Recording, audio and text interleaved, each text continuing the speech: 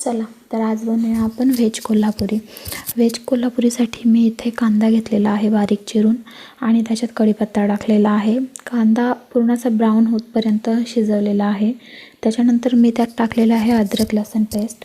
अद्रक लसूण पेस्ट पण मस्त शिजवून घेतलेली आहे 5 मिनिटे। त्याच्यानंतर मी त्याच्यात टाकलेला आहे टोमॅटोला तेल सुटेपर्यंत टोमॅटो शिजत ठेवलेला आहे।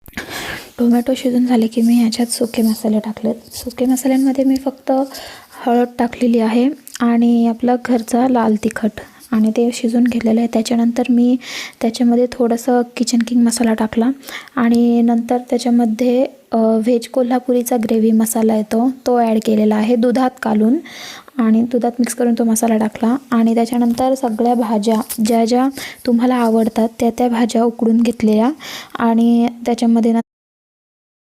त्याच्यानंतर त्या भाज्या त्याच्यात टाकलेल्या आहेत आणि मस्त त्या भाज्या परतून घेतल्या आणि थोडा वेळ त्याच्यावर झाकण ठेवून वाफवून घेतल्या आणि मग छानपैकी अशी ग्रेव्ही तयार झाली त्याची।